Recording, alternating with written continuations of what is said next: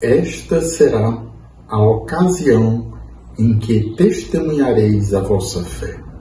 Lucas 21:13. Ou a ocasião de martírio. Como sabemos, essa palavra testemunho em grego é marte. Testemunha é aquele que dá a vida por aquilo que acredita, pela fé.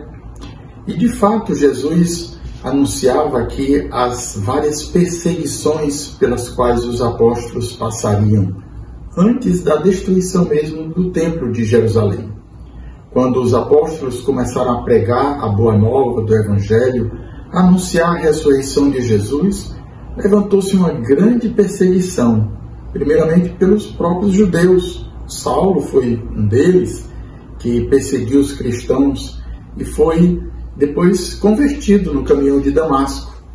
Mas com Nero, os primeiros imperadores a perseguirem os cristãos, na perseguição de Nero, e depois a grande perseguição de Diocleciano, no ano 303, foram várias perseguições e muitos cristãos morreram por causa da fé, foram mártires daqueles primeiros tempos do cristianismo.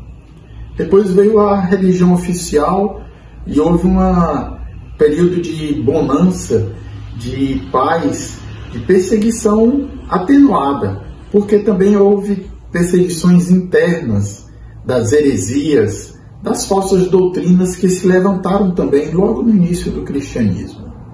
Depois, novamente, a igreja continuou sendo perseguida, martirizada, e assim acontece desde aqueles primeiros anos do cristianismo. E hoje em dia, as perseguições são até piores do que as dos primeiros anos do cristianismo. Dizem aqui as estatísticas de que nós, nos tempos atuais, neste século XXI, os cristãos são mais perseguidos do que foram nos primeiros anos do cristianismo. Temos vários sites, aqueles portas abertas.